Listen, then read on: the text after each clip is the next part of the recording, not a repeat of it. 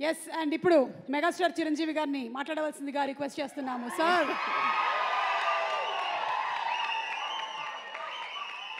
అందరికీ నమస్కారం.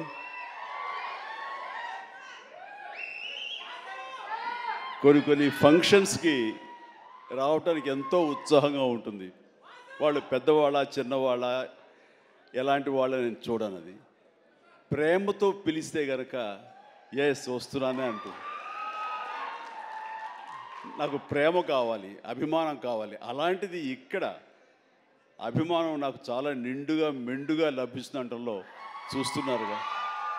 ఇక్కడ ప్రతి ఒక్కళ్ళు అంత ప్రేమ కురిపిస్తుంటే ఇది ఆస్వాదించడానికి నేను వచ్చినందుకు నాకు చాలా చాలా సంతోషంగా ఉంది.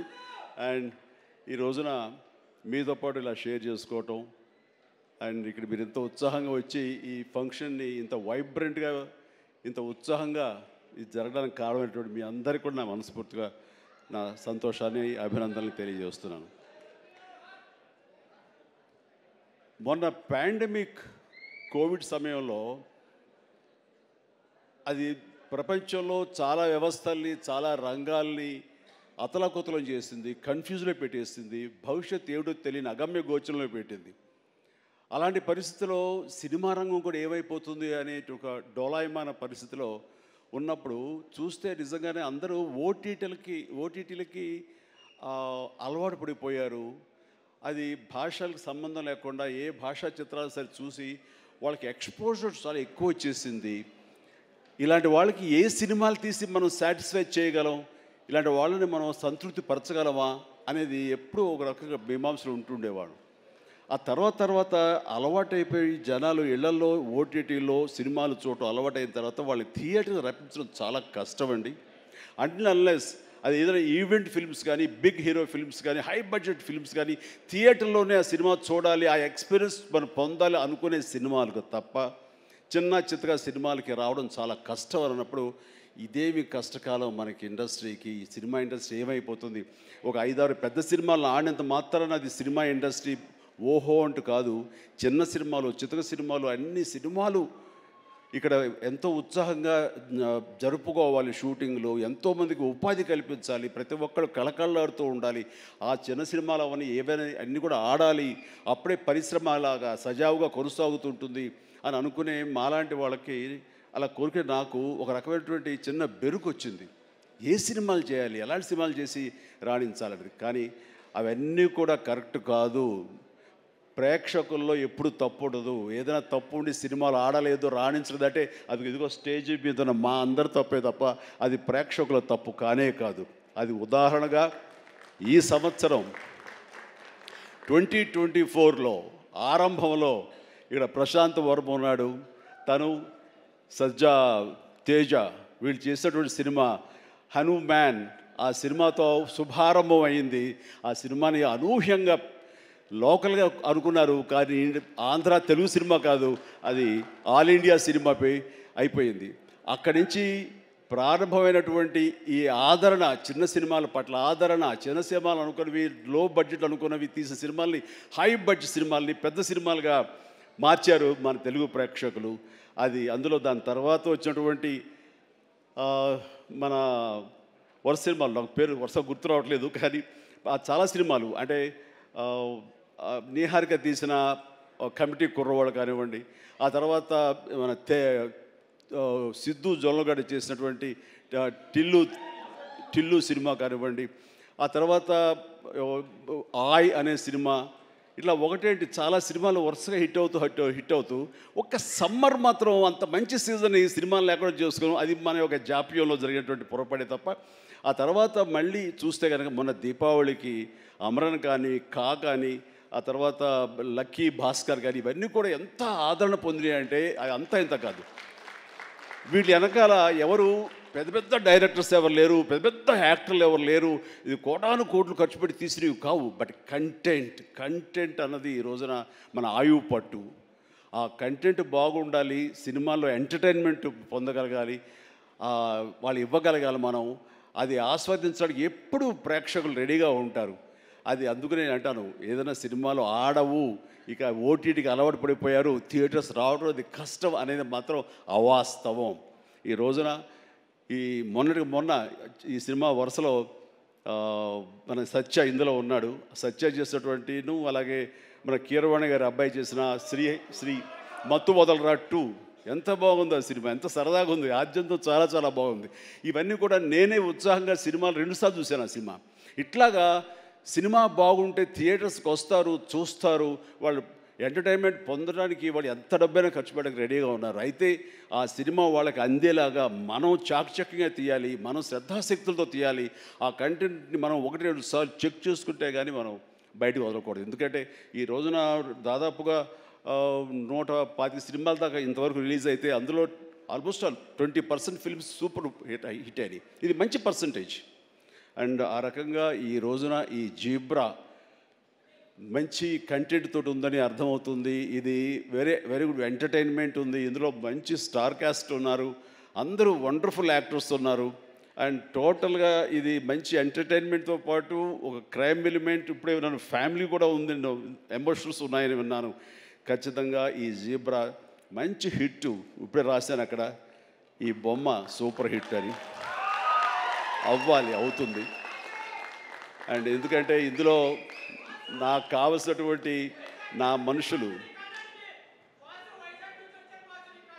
అయితే ఏంటంటే ఇప్పుడు అదే అది కాదురా, నువ్వు వచ్చావు వైజాగ్ నుంచి, సంతోషమే. మరి బొమ్మలు నువ్వు వైజాగ్లో ఆడించాలి. అదే అలా అయితే బలవాడువే. మన హీరోది కూడా అదే ఊరే. కూర్చోరా కాసేపు. సో ఈ ఇందులో సత్యరాజు గారు ఉన్నారు, సత్య ఉన్నాడు, అండ్ సునీల్, అందరికి మించి నా బ్రదర్. అండ్ కన్నడ నుంచి వచ్చినటువంటి ఒక అద్భుతమైన యాక్టర్ ధనుంజయ.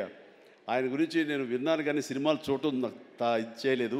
బట్ పుష్ప చూశాను. పుష్ప ఎక్కడ అనేది నాకు గుర్తు రావట్లేదు, కానీ డెఫినెట్గా ఈ సినిమాలో చాలా మంచి గుర్తింపు వచ్చి తను కూడా మంచి ఆర్టిస్ట్గా తెలుగు యాక్టర్గా తను సెటిల్ అవుతాడు అంటలో ఎలాంటి సందేహం లేదు. All the very best Dhanunjaya.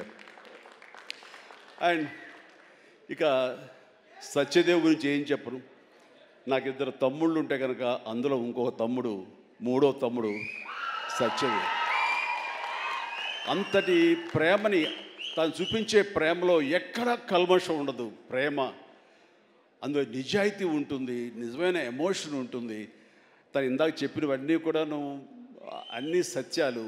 ఎందుకంటే నాకు అతను చూడగానే అతనిలో ఒక స్వచ్ఛత ఉంటుంది సార్, ఆనెస్ట్, సిన్సియర్. అది మాత్రం చాలా అద్భుతం. ఎక్కడ కృతకంగా ఉండదు, ఇంప్రెస్ చేయాలని మాట్లాడడు, అనుకున్నట్టుగా ఎగ్జిబిట్ చేస్తాడు, చెప్తాడు. అది చాలా మనకి మనసుకు హత్తుకుంటుంది. నేను ఫస్ట్ టైం ఈ పాండమిక్లోనే ఒక సినిమా చూసాను. సినిమా పేరు నాకు గుర్తురావట్లేదు. ఏ సినిమా అది? Bluff master. తన నేచర్కి వ్యతిరేకమైన టైటిల్ అది. సో బ్లఫ్ మాస్టర్ అనే సినిమా నేను చూసినప్పుడు ఆ తర్వాత ఇంకో సినిమా కూడా చూశాను వరుసగా. ఎవరి యాక్టర్ చాలా ఇంటెన్సివ్ పెర్ఫార్మెన్స్ చేస్తున్నాడు, టచ్ ఆఫ్ క్లాస్గా ఉంది. అండ్ మన తెలుగు మనిషిలాగా అనిపించలేదు. బహుశా అతని డబ్బింగ్ వాయిస్ ఇచ్చారు, ఎందుకంటే వాయిస్లో అంత రిచ్నెస్ ఉంది, అంత క్లారిటీ, అంత నీట్గా ఉందంటే మంచి డబ్బింగ్ ఆర్టిస్ట్ తోటి తనకి డబ్బింగ్ చెప్పించుంటారు. కాబట్టి ఎవడో బయట వ్యక్తి అయి ఉంటాడు. ఏ యాక్టర్ కన్నడనా లేదా ఇంకోటి అనిపించేది. అని ఎవరితో మాట్లాడుతూ లేదండి మన వైజాగ్ అబ్బాయి అన్నాడు. మనూరి అంటారా, మన వైజాగ్ అబ్బాయి అని చెప్పేసి అన్నారు. అనేసరికి నిన్న ఒకసారి అతన్ని చూడాలనుకున్నాను, మనం మాట్లాడాలనుకుంటున్నాను. ఎందుకంటే అతనిలో బెస్ట్ యాక్టర్ ఉన్నాడు. మరి అతనికి ఎవరు వెనక నుండి సలహాలు ఇస్తున్నారు, తన లైఫ్ ఎలా మోల్డ్ చేసుకుంటున్నారు నాకు తెలియట్లేదు. ఊరికనే సరదా మాట్లాడదాం అనిపించింది. నాకున్న ఇంప్రెషన్ తనతో షేర్ చేసుకుందాం అనిపిస్తుంది. అంటే వెంటనే ఫోన్ వెళ్ళటం ఏంటి, అప్పుడు ఫ్లాట్స్లో నుంచి అపార్ట్మెంట్స్ బయటికి వచ్చే ప్రసక్తే లేదు. అక్కడ వాళ్ళ యూనియన్ ఏదో ఉంటే కనుక వాళ్ళ స్పెషల్ పర్మిషన్ తీసుకుని అప్పుడు రోడ్డు మీద వచ్చి నన్ను కలవడం జరిగింది. చూడగానే నా పేరు సత్యదేవ్ అండి అది అన్నాడు. అయిన తర్వాత ఓకే వెరీ గుడ్, చాలా బాగా చేస్తాడు. కాసేపు పిచ్చాపడి మాట్లాడుకున్న తర్వాత సార్ ఇక్కడ ఇందాక నాడే అది పచ్చబొట్టు అని కాదు, అది పడ్డ మచ్చ, అది నేల మీద. అది ఎందుకు పడ్డావు ఏంటది అంటాను. నేను మీ కొదమసింహం సినిమాలో మీరు రోప్లో జంప్ చేస్తుంటారు, నేను మా డిష్ టీవీ మా యాంటీనాలో ఉండే వైర్ తోటి అలా జంప్ చేసి కింద పడ్డానండి, అవి దెబ్బ తగిలింది. అయిన తర్వాత మీ ఇంపాక్ట్ ఎంత ఉంటుందని మీకు ఈ విషయం చెప్పాలి. దీన్ని కుట్లించడం కోసం మా నాన్నగారు హాస్పిటల్కి తీసుకెళ్ళారు. అప్పట్లో మత్తు గిత్తు లోకల్ ఇంజెక్షన్స్ ఇవ్వలేదు. దాన్ని అట్లాగే నేను భరించలేక ఏడుస్తుంటే, అరే చిరంజీవి అయితే అసలు నవ్వుతూ అది కుట్టించేసుకుంటాడు అంటే వేసిన 5-6 కుట్లు నేను నవ్వుతూనే ఉన్నాను, పెయినే తెలియలేదు. అది మీ మహిమ నా మీద, అది దాని ఇంపాక్ట్ ఉంటుంది. అంటే నేను ఏదైనా మైకువా లేకపోతే ఏంటి ఎనస్థిషియా లాంటి వాడినా ఏంటి. అండ్ తనకి అంత ప్రేమ, ఆ ప్రేమ మత్తులో ఆ పెయిన్ కూడా తనకు తెలియలేదన్నమాట. అది చెప్పినప్పుడు చాలా ఇంప్రెసివ్గా అనిపించింది. Such a coincidence. తను ఆ మాట చెప్తున్నప్పుడు దాని వెనకాల నా దగ్గర ఒకే ఒక పెద్ద వాల్ పోస్ట్, పెద్ద పెయింటింగ్ ఉంటుంది. అది కొదవ సింహంలో పెయింటింగ్ అనమాట. క్యాప్ అది పెట్టుకుని, సిగార్ నోట్లో పెట్టుకుని, ఇదేనండి ఇది చూసే అన్నాడు. అంటే దాన్ని ఆ ఫోటో ముందు తను మళ్ళీ ఇంకో పిక్చర్ తీసుకుని అలా వీళ్ళు అక్కడి నుంచి మా పరిచయం, మా మీటింగ్స్ అప్పుడప్పుడు అనేది ఏదో చాలా రోజులు ఇప్పుడు ఒకసారి వస్తారంటే రా అని చెప్పడం అలాగా జరుగుతుంది. అంత మంచి యాక్టర్కి సరైన సినిమాలు పడటం లేదు అనేది మాత్రం ఎక్కడో నాకు కొంచెం ఉంది. అంటే హీరోగా ప్రయత్నం చేస్తున్నాడు, హీరో అనేది కాకుండా వెరస్టైల్ యాక్టర్ అనిపించుకోవడంలో మాత్రం తన నటనకి హద్దులు ఎల్లలు లేకుండా చేసుకుంటే మరింత ఉన్నత స్థాయికి వెళ్తాడు. ఆ తర్వాత ఇతను ఏ స్థాయిలో ఉండాలి, ఏ పాత్రలో ఉండాలి, ఏ హీరోగా సెటిల్ అవ్వాలి ఏంటంటే ప్రేక్షకులు నిర్ణయిస్తారు. దాని ప్రకారం మనం ముందుకు వెళ్ళిపోవచ్చు అంటూ గాడ్ ఫాదర్లో ఎవరో నార్త్ హీరోస్నో లేకపోతే ఇంకో హీరోస్నో బయట లాంగ్వేజ్ హీరోస్నో తీసుకొస్తే మనకింత పొటెన్షియల్ ఉన్న ఒక ఆర్టిస్ట్ ఉన్నాడు, అతన్ని ఆ క్యారెక్టర్ పెట్టుకుందాం అని అంటే కొంచెం రెసిస్టెన్స్ వచ్చింది. ఎందుకంటే మనవాళ్ళు అనగానే లోకువ. కానీ అతని పొటెన్షియాలిటీ, అతని టాలెంటు, అది ఎలాగా డెలివరీ చేస్తాడో తెలిసి నాకు ఐఎమ్ వెరీ మచ్ కాన్ఫిడెంట్ ఆ యొక్క నాకు ఎదురుగా నిలబడే ఆ పాత్రలో చాలా అత్యద్భుతంగా చేయగలడని చెప్పేసి ఆ సినిమాలో నేను చెప్పాను కాబట్టి స్ట్రాంగ్గా ఒప్పుకున్నారు. ఇందాక తను చెప్పినట్లుగా తను అంతకంతగా ఆ దాంట్లో రాణించాడు, మెప్పించాడు, ఒప్పించాడు. ద ఫెంటాస్టిక్ పెర్ఫార్మెన్స్ ఇచ్చి ఆ సినిమా అంత ఎత్తుకు వెళ్ళటానికి, ధీటుగా నాకు నిలబడి చేయడానికి తను కారణమయ్యాడు. అలాంటి సత్యదేవ్ నా నమ్మకాన్ని నిలబెట్టాడు. ఇందాక అది ఆ మాట తను అన్నప్పుడు మనస్ఫూర్తిగా దాన్ని నేను ఆహ్వానిస్తున్నాను, ఆస్వాదిస్తున్నాను. అండ్ తనకి ఇంకా ఎంతో మంచి బ్రైట్ ఫ్యూచర్ ఉంది. ఎందుకంటే సత్యదేవ్ లాంటి వెరస్టైల్ యాక్టర్స్ మనకి తెలుగులో కరువైపోయారు. తను పరిధిని లిమిట్ చేసుకోకపోతే, ఎక్స్పాండ్ చేసుకుంటే బోల్డ్ అయిన అవకాశాలు తనకు వస్తాయి నేను చూస్తాను కూడాను. అండ్ అలాంటి ఈ సినిమాలో తను ఒక మాస్ హీరోగా కామెడీ తోటి, చాలా చక్కగా సెటిల్డ్ కామెడీ తోటి, ఒక యాక్షన్ తోటి ఈ సినిమాలో తనకి మంచి భవిష్యత్తు మళ్ళీ ఏర్పడుతుందని నేను భావిస్తున్నాను. అండ్ నా తమ్ముడుగా సత్యదేవ్కి ఆల్ ద వెరీ బెస్ట్ చెప్తూ ఈ సినిమా తనకి అద్భుతమైన విజయం చేకూరాలి. Please god bless really. నిజంగా ఇంకా నేను మరింత ఎత్తులు చూడాలి సత్యదేవ్. చూస్తాను కూడా. అండ్ ఇక ప్రొడ్యూసర్స్గా ఇద్దరు ద్వయం, మన Dinesh and Bala and Dinesh. And అలాగే వాళ్ళని సపోర్ట్ చేస్తూ ఇక్కడ ప్రస్తుతం ఉన్నట్టు ఎస్ఎన్ రెడ్డి గారు ఉన్నారు, బిల్డర్. ఆయన కూడా సపోర్ట్గా ఉన్నారు. వీళ్ళందరూ లాభాపేక్షతో కాకుండా ఒక ప్యాషన్ తోటి వాళ్ళు రావటం. సినిమా అంటే ఏం తెలియదు, సినిమా అంటే ఇష్టం కాబట్టి ఆయన కూడా ఓకే అంటే ఆయన ఇందులో కావాల్సినంత బడ్జెట్గా హై బడ్జెట్ అయిందని వింటున్నాను. బట్ దానికి పెట్టడం, దాన్ని ఈ యొక్క Eshwar Karthik director, wonderful director. ఎందుకంటే ఆయన సినిమా పెంగ్విన్ అని తమిళ్లో నేను చూశాను సినిమాని పాండమిక్ టైంలోనే. And very refined director. ఆయన ఈ సినిమాకు చాలా చక్కగా చేశారని తెలిసింది.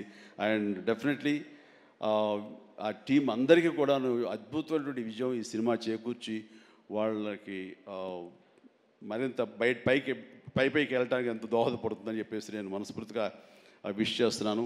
అండ్ అలాగే హీరోయిన్స్ వాళ్ళకి అంటే ప్రతి ఒక్కరికి, టీంలో ఉన్న ప్రతి ఒక్కరికి నా హృదయపూర్వక అభినందనలు తెలియజేసుకుంటూ నాకు ఈ అవకాశం ఇచ్చేందుకు ధన్యవాదాలు తెలియజేస్తున్నాను.